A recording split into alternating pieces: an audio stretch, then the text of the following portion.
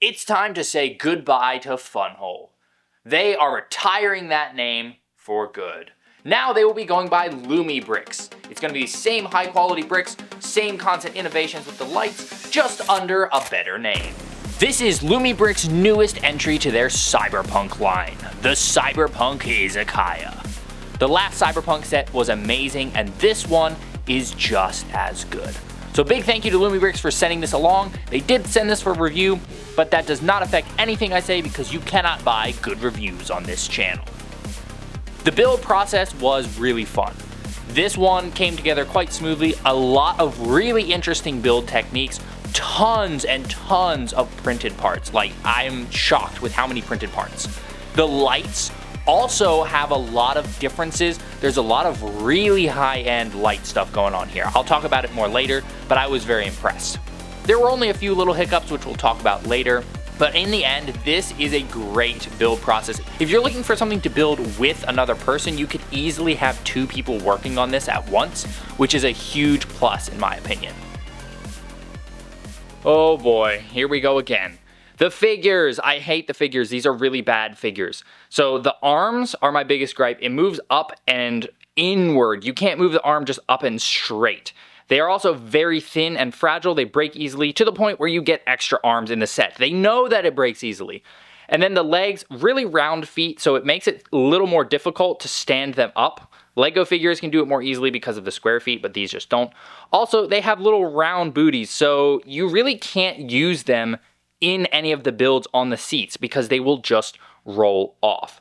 The graphic design on them is great. This guy looks really cool and compelling, but he just doesn't work well. Lacks the charm of Lego and the posability of Mega, and it's just kind of terrible. I hate getting these figures.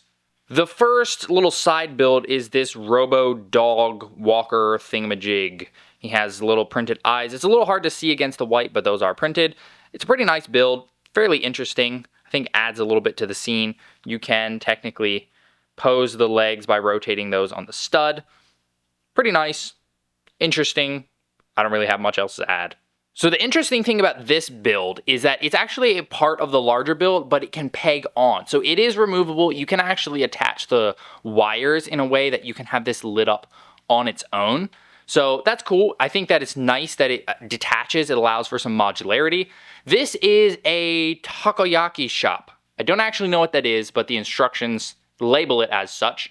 And it's pretty cool. We've got this weird little guy out front. There's another one inside.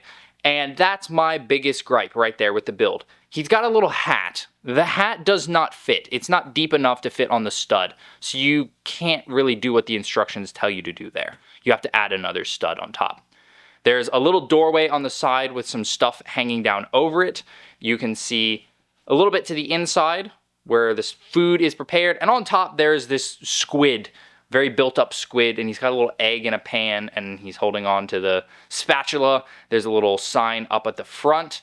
That is pretty cool. You can pretty easily remove the roof to get a better look down inside. There's the little connection points for the lights so that those can be lit up when this is attached back together.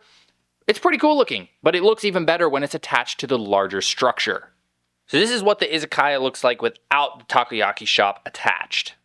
This is beautiful looking. Let's just get a look at all the sides. So much is going on. Even the back has detail. This is not something that Lego pays attention to. So for example, the backs of the modular buildings look pretty bad. This, all sides can be displayed. It really can fit in any direction at all. So let's just start from the front and go kind of around and get all the details of this place. The first floor front of the restaurant has this big printed sign. It's printed across 3 pieces, looks seamless. I absolutely love it. There's more printed hangings down here. There is a light above the big printed sign. It is stuck on with like a sticky backed bit here. On the one side tends to come off, so you might want to add a little bit of Elmer's glue or something. Very, very small dab to make sure that that doesn't come off. There is printed like rice paper doors down on this one side. The print work on here is fantastic. And this door can move and give you a view inside. There's some stacked boxes here. I don't really know what the boxes are here for, but then there's a little sign over there. In the alleyway section, there's kind of like, I don't know if that's a bar or if it's just an outdoor ordering place. There's a couple stools, and there's a little sign that shows clinking cups together. You can see this better, obviously, if you removed the takoyaki shop. Speaking of removing the takoyaki shop, I had to remove it to be able to show you the little automated noodle stand. So down here on the side, there are a bunch of little ramen packets, which is really cool. They're all printed. Like I said, everything here is printed. And this has a little bit of a feature. You can pop the packet in the back, and then it comes out the front like it's dispensed. And then there's this like archway thing with a cat walking across it. That looks really nice. And then the rest of this structure is just a little spot for you to sit and eat your noodles if you don't want to go into the restaurant itself. If you just got something from the little automated stand, obviously you need a place to fix up your food and eat it. So that's what this is. There is also a little robo bird on top. It's all black with a glowing red eye. I think that's hilarious. I absolutely love it. This whole thing is made to be easily removed so that you can see inside. You can see the little hot water dispenser guy, and again, he's got the hat, but it doesn't fit on his head. There's just not enough space for this hat to sit. So you have to put a stud underneath if you want that to work. There is a little bowl of ramen here all set up. That's great. And it's just one seat, one little spot for you to fix your food. This is also where you can attach the battery pack if you want to store it like this. So back here looks a bit more like an alleyway. We've got some trash and whatnot. This is a door that goes into the cooking area of the main build. And then this right here is actually a lift that goes up so that you can get to the second floor. There's no like mechanism or anything for it. You just have to lift it up yourself.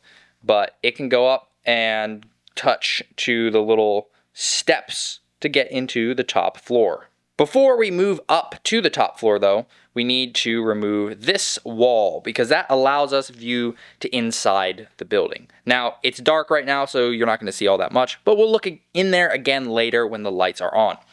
This has a bunch of stuff happening on it though. There's like a little drawer looking thing. I don't know what this is supposed to be, but there's a TV with this little advertisement on it. I think it's great that they detailed up this wall and that it's not just a removable section, so that when you actually put it on, the inside still looks good. This section here is also removable, so you can get access to the kitchen. In here, there's just a little, I don't know, cup on a stand or something.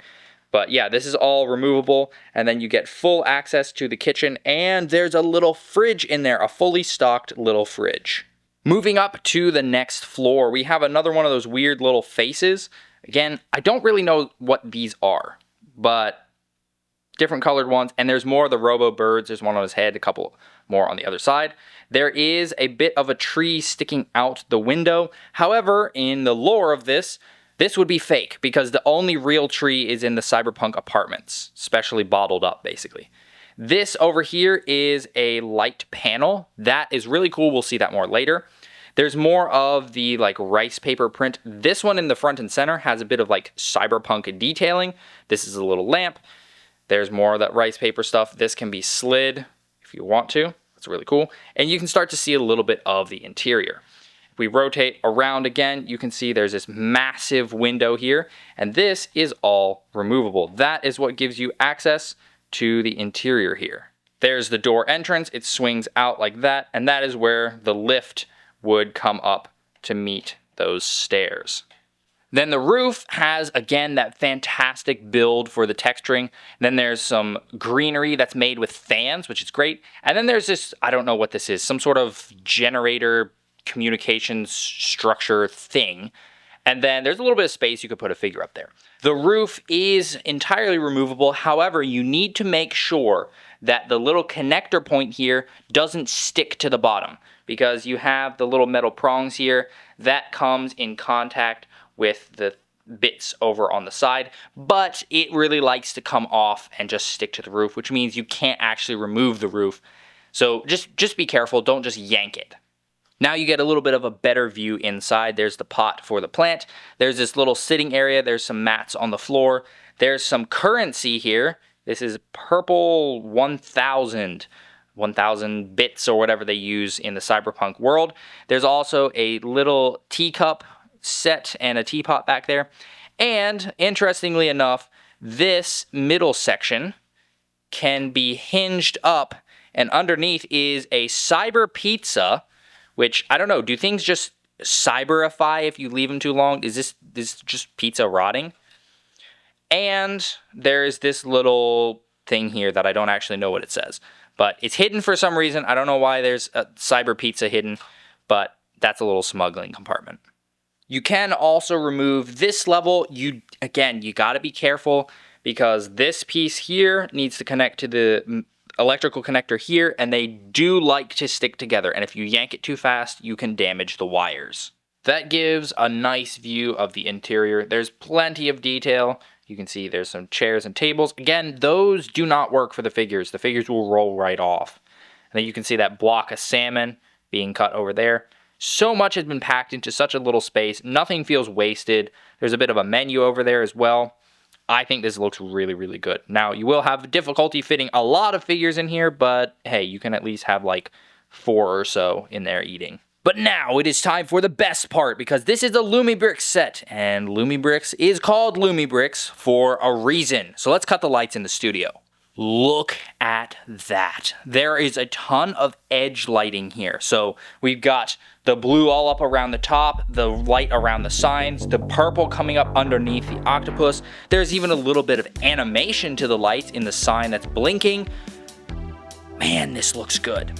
My favorite part out of the whole thing, though, has to be that big light panel sign. It looks so beautiful. And then the little tiny lanterns. It's the smallest part of the lighting setup, but the way that it glows, to me, is just perfect. The lights add a ton of life to all of this, and I think that's especially important for a Cyberpunk setup, because the Cyberpunk aesthetic is all about those neon lights. Now, let's grab the apartment, because these are meant to fit together. That is so sick. So you can actually run both of these off of one single battery pack, because there are connectors built into the edges of the platforms. However, I like running them both on their separate battery packs because the lights will be brighter that way. So if you're using, say, the Izakaya's battery pack for the apartment lights will be slightly dimmer, and vice versa, just because the power has to be pumped over so much space. So using both of them is, in my opinion, ideal. But that looks sick. That's so cool. I am absolutely in love with their Cyberpunk line. The Lumibricks Cyberpunk sets are their best sets, hands down, and I cannot wait to see them expand more, because this is just 2 sets. Can you imagine what it'll be like with a street made out of like 6 sets in the future? Oh man, it's gonna be so cool. Well, there you have it. That is the Lumibricks Cyberpunk Izakaya. I absolutely love it. I think this is fantastic. It's a fantastic display piece. It's a fantastic play piece, in my opinion, if you're careful. And it's a great photography set. I shot this photo with it. It turned out great. Having the little lights down in there already is a huge bonus when it comes to photography. For complaints, really, it just comes down to trash figures as usual, and the hats fitting on those weird little heads. That just didn't really work. Other than that, quality is quite high. I highly recommend this, and if you don't already have the Cyberpunk apartment, I also highly recommend that, because they look so sick combined together. So if you want to pick up this or the Cyberpunk apartment or any other Lumibricks set, I will have links in the description for you guys, and I'd love to hear what you guys think about this. LEGO alternatives are really taking off, and I really think that Lumibricks is the best of the best. Thanks so much for watching. If you enjoyed this video, please leave a like and consider subscribing, and I'll see you next time.